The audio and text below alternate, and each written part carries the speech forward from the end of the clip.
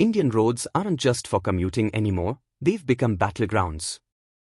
We live in an era of short fuse syndrome. Behind the wheel of a high-speed metal machine, a single honk is no longer a signal, it's perceived as an insult. A minor brush isn't an accident, it's a declaration of war. In the next 10 minutes, we are going deep. We aren't just looking at the news, we are looking at the soul of a nation that is losing its patience. Today, we break down to cases that didn't just shake the nation, they ripped the veil off our collective apathy. Recent incident happened in Pune, the glass shards of Pune. It was a quiet Saturday evening in Pune, a city known for its culture and education. 28-year-old Puja Gupta was heading home with her fiancé. It was supposed to be a normal end to a normal week. They didn't know that a split-second moment, where a car tire allegedly brushed a man's foot, would lead to a lifetime of darkness. 3 men on a scooter began a relentless pursuit. Think about that for a moment. Not a heated argument. Not a roadside fight. A hunt. For kilometers, they followed. As they reached the Punawale underpass, the worst-case scenario for any driver happened, the traffic slowed to a crawl. The car was now a sitting duck. The attackers didn't use words, they used stones. In a frenzy of brute force, they smashed the windows. Imagine the sound of exploding glass. In that chaos, a single, sharp shard of glass flew with the force of a bullet, piercing Puja's left eye. But here is the most chilling part. This didn't happen in a dark alley. It happened in full view of over 100 citizens. Traffic police were stationed just meters away. Puja screamed. She pleaded. But the crowd remained frozen. To this day, Puja fights for her vision in hospital corridors, while the legal system debates whether this was hurt or attempt to murder. Another horrifying incident, the SUV assault in Thane. Now, shift your gaze to a rainy road in Ambernath, Thane. This is the big car ego caught on camera. A black Tata Harrier isn't just driving, it's being used as a weapon. The driver reverses with a terrifying roar, ramming into a white Toyota Fortuner. Inside that Fortuner were a woman and 2 young children. Can you imagine the terror of those children? Feeling the impact, hearing the metal crumple, seeing a massive vehicle repeatedly target you. The Harrier takes a U-turn, accelerates, and slams head-on. A bystander, trying to be a hero, is hit and dragged for meters. Later, reports emerged that this was a family dispute. But that is the problem, our public roads have become personal wrestling rings.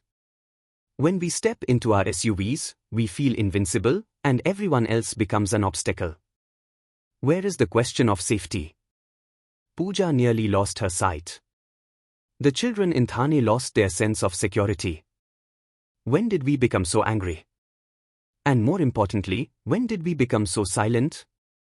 The deep dive, why is India exploding? Why is this happening? Let's look at the stress triangle. Infrastructure stress. Our roads are designed for 1990s traffic but are carrying 2025 volumes. High density leads to displaced aggression. You aren't mad at the driver in front of you, you are mad at the 2-hour commute. The big car ego. In India, your car is your status. The bigger the bumper, the smaller the patience. There's a psychological superiority complex where SUV drivers feel they own the asphalt. Lack of deterrence. This is the most painful truth. In the Pune case, the accused were initially released with mere notices. When the law doesn't bite, the criminals don't fear. The dehumanization factor. Inside an air-conditioned car, we don't see Puja or a mother with kids. We see that white car or that scooter. We stop seeing humans. The data, a national crisis. Based on the statistical trends observed in the graphical representation and recent NCRB, National Crime Records Bureau, reports, here is a breakdown of what the data reveals about the safety landscape on Indian roads. 1. The dominance of large states. The graph clearly shows that Uttar Pradesh leads the nation in road-related fatalities, with over 22,500 deaths annually. This is often attributed to its vast network of national highways and the high volume of interstate transit. Tamil Nadu and Maharashtra follow closely, highlighting a grim reality. Some of India's most economically developed states are also the deadliest for commuters. 2. The urban aggression corridor. Maharashtra, ranked 3rd, and Karnataka, ranked 5th, represent a specific type of risk. Unlike the highway-heavy fatalities in UP, these states house major IT hubs like Pune, Mumbai, and Bengaluru. In these cities, the data is heavily influenced by urban road rage and congestion-linked accidents.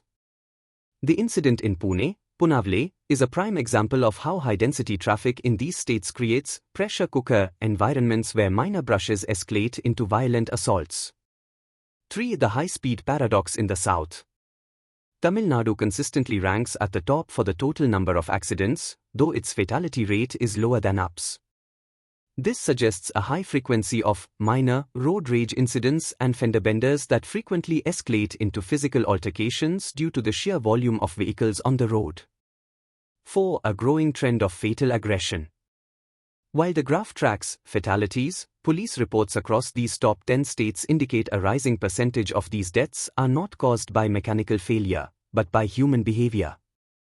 Wrong side driving, a primary trigger in the Pune incident. Reckless overtaking, the catalyst for the Thane SUV ramming.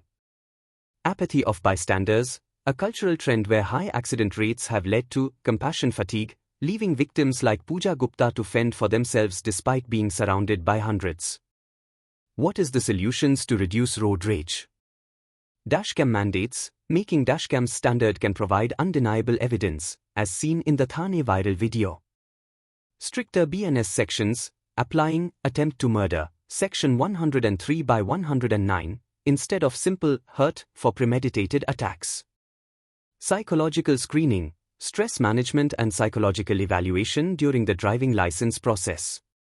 Panic buttons, integration of emergency SOS features in vehicles that alert the nearest PCR van instantly. Civil education, promoting the Good Samaritan law to encourage bystanders to intervene without fear of legal harassment. Puja nearly lost her sight. The children in Thane lost their sense of peace. When you get behind the wheel tomorrow, ask yourself, is 5 minutes of reaching early worth a lifetime of regret? If you found this information insightful, please smash that like button, subscribe for more deep dives into the such issues, and hit the notification bell so you don't miss our next video. Until next time, drive safe. Drive human. Because the road belongs to everyone.